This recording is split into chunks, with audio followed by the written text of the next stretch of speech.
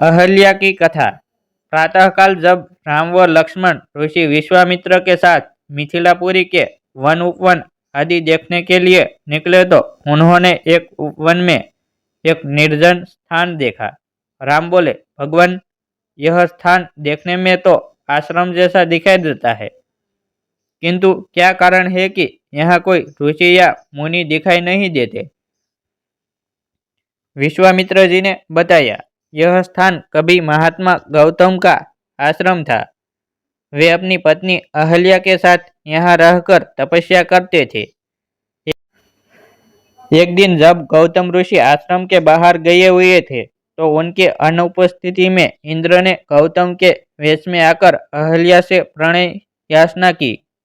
यद्यपि अहल्या ने इंद्र को पहचान लिया था तो भी यह विचार करके कि मैं इतनी सुंदर हूँ कि देवराज इंद्र स्वयं मुझसे प्रणय याचना कर रहे हैं, अपनी स्वीकृति दे दी। जब इंद्र अपने लोक लौट रहे थे तभी अपने आश्रम को वापस आते हुए गौतम ऋषि की दृष्टि इंद्र पर पड़ी, जो उन्हीं का वेश धारण किए हुए था। वे सब कुछ समझ गए और उन्होंने इंद्र को शाप दे दिया। इसके बाद उन्होंने अपनी पत्नी को शाप दिया कि रे दुराचारिणी, तू हजारों वर्ष तक केवल हवा पीकर कष्ट उठाती हुई यहाँ राख में पड़ी रहे। जब राम इस वन में प्रवेश करेंगे तभी उनकी कृपा से तेरा उद्धार होगा। तभी तू अपना पूर्व शरीर धारण करके मेरे पास आ सकेगी।